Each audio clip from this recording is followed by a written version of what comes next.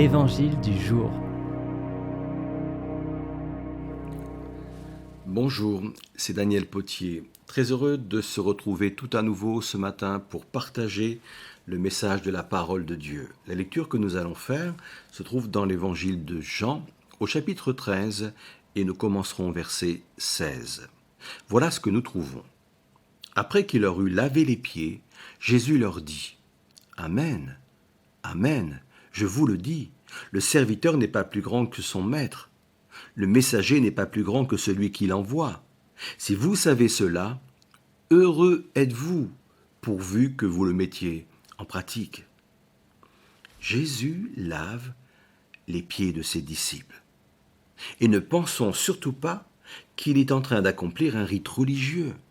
Non, simplement un geste domestique réservé en principe à des serviteurs. Mais ce jour-là, pas de domestique dans cette pièce. Et chacun attendait de l'autre qu'il se lève pour venir lui laver ses pieds.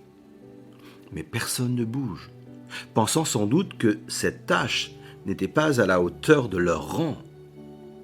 À la grande surprise générale, Jésus se dirige vers ses disciples et se met à leur laver les pieds. Et une fois terminé, il établit ce principe. Le serviteur n'est pas plus grand que son maître. Donc, si j'ai fait cela, vous devez également le faire. À travers cet événement, Jésus nous donne deux enseignements. Le premier touche directement à mon identité. Jésus savait parfaitement qui il était. Il n'existait pas par des actions, par une position ou par un titre.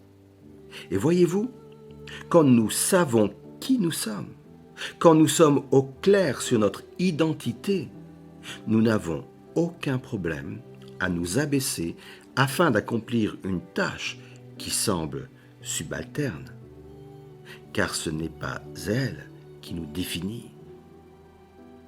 Le second enseignement est le suivant.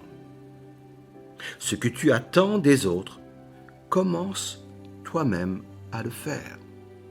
C'est une règle d'or importante qui doit s'appliquer dans toutes les sphères de ma vie, que ce soit dans mon couple. Ce que tu attends de l'autre, donne-lui en premier, que ce soit dans ma famille, au sein de mes amis, au sein de mon église. Cette règle d'or est importante. Elle est importante car elle nous libère également de nous-mêmes. Les sociétés occidentales ont mis en avant la recherche du bonheur et du plaisir personnel, mais c'est un leurre, c'est une illusion. L'apôtre Paul va dire dans Philippiens 2, verset 4, « Ne pensez pas seulement à vos intérêts personnels ou à l'avantage que vous pouvez tirer des autres. Désirez au contraire le bien de votre prochain et prenez ses progrès à cœur. » Et si nous faisons cela, Jésus est formel. Si vous savez cela, on l'a lu dans notre texte initial, « Heureux êtes-vous, pourvu que vous le mettiez en pratique. » Tout ce que nous faisons pour les autres, Jésus le reçoit personnellement. Rien n'impacte davantage le cœur de Dieu que cela.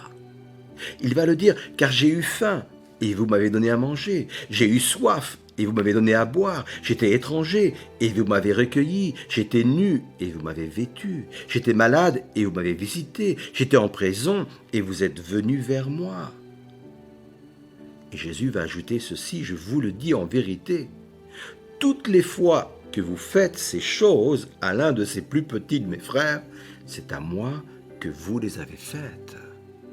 Alors que le Seigneur nous aide encore aujourd'hui à vivre ces réalités. Soyez bénis et à très bientôt.